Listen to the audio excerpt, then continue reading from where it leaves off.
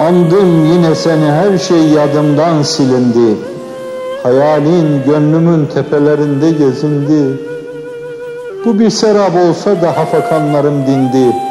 Andım yine seni, her şey yadımdan silindi.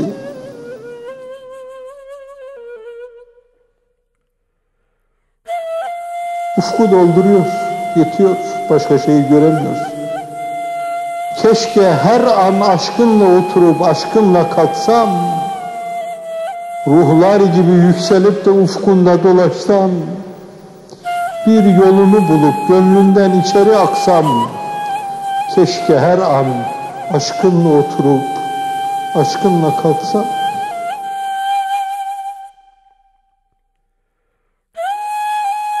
Anladım, vasfına ermek artık çok geç. Saçlar bembeyaz, hicranla yanan gönlüm durmadan inleyecek.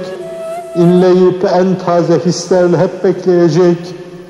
Yaş olsa da ben taze hislerle yollardayım. Anladım, vasfına ermek artık çok geç.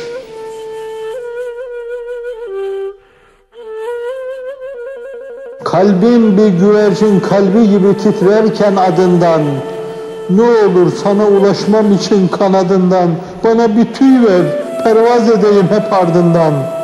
Kalbim bir güvercin kalbi gibi titrerken ardından.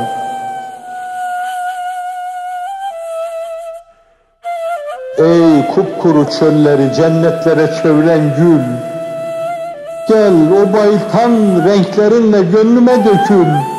Vaktidir ağlayan gözlerimin içine gül. Ey kupkuru çölleri cennetlere çeviren gül.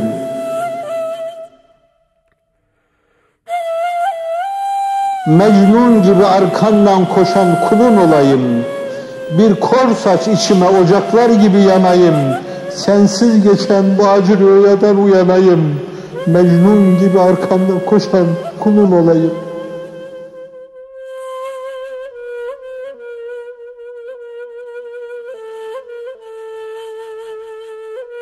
Aklım uzakta kaldığı günleri saymakta.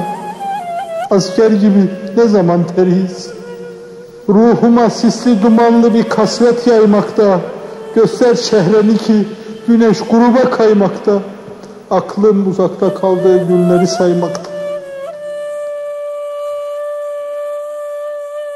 Son demde hiç olmazsa grubum tülü olsun.